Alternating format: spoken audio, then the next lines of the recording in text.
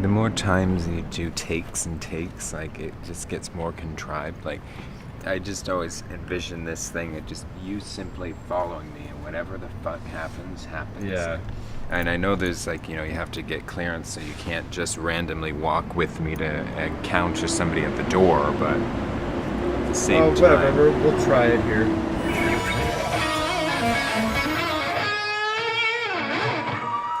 Well, Ken at runningstill.com, the way I remember meeting him. I met Ken first just at a gig, and I think it might have been the Horseshoe or something. I was with Susie McNeil. And he just kind of came up and said, I'm Ken, I take photos, and I was like, cool. There's a really subdued confidence about him. It's not like, I'm great, I shoot great pictures. It was none of that. It was just this type of conversation, and his tone was so mellow. Not that he's not a rebel in a way, because he is. Kind of the, speak quietly, like, it just gathered so much more energy around him. He's such a nice guy. I'm just kind of like, wow, this guy's, he's like a little angel. You're really in sync with somebody's kind of their passion or something. Like mine's music, his was photography, but they're right on the same line exactly with what they mean in our lives.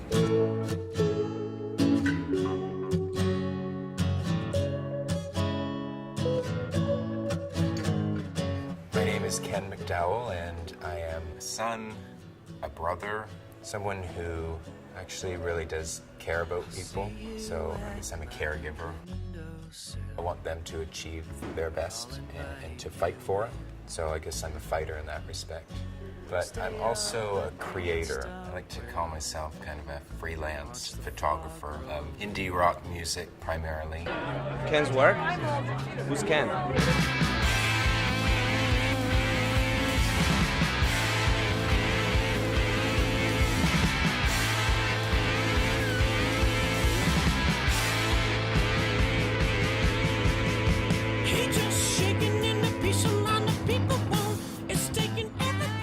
No, Ken's work is awesome, and from past experiences, I think that he's one of the best photographers that our band, myself, we got to work with. Hey, Fuser, how's it going? Hey, what's up, bro? How's it going, man? I prefer to meet artists, like if I'm meeting them for the first time, I like to kind of like get their permission to take their photograph ahead of time. Well, I brought the camera. I want to take some action shots of you tonight. That sounds fucking sweet to me, man. I'm down. And just make sure they're cool with the fact that I'm going to be pointing a camera in their face. So I've asked the camera crew to come out back with me. We're just in behind the club right now, but I like to come out here and get some fresh air just before the band hits the stage, which they're about to right now, so we better get back in. But consider this kind of the calm before the storm, if you will. I just have to make one recommendation, that is to buckle up, because it's gonna be ugly. I can't look down, I'm too high, baby.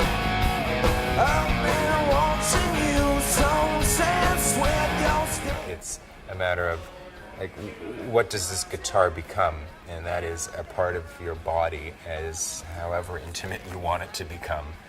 Like it becomes an extension of yourself. And, and here I am like, oh, how do I photograph this? And do I have the courage to do that? As silly as that sounds, like, can I point this camera at you and take a photo, and you're going through what you're going through right now? If I'm there to photograph an artist, I can't really just step back and take in the music and everything and the crowd, like, because I always position myself at the front of the stage, so it's more kind of tunnel vision kind of thing where, like, yes, I get to choose where I'm looking through the lens of my camera, and I also get to choose what you as a spectator get to see. Fuser was absolutely on fire tonight, and I can see him reacting to my camera, which gets me going, because I know, like, the heat of that flash going, like, boom, boom, boom, like, yeah. I'm giddy. I really am. Like, there are amazing photographers who get paid for what they do, but that's just not my thing. Like, I don't know if I'm kind of scared that I think that would kind of change the way I take photographs, but I get to see the artist a certain way, and I get to capture it and turn around and give it to them and say, you know, you can use them or you can not like the photos, like whatever, but hopefully they do like them and they're using them to further their careers and their livelihood. I also like the after, kind of in between songs, like they perform a song and then they don't turn off, but they fall out of that moment and then they go into something else.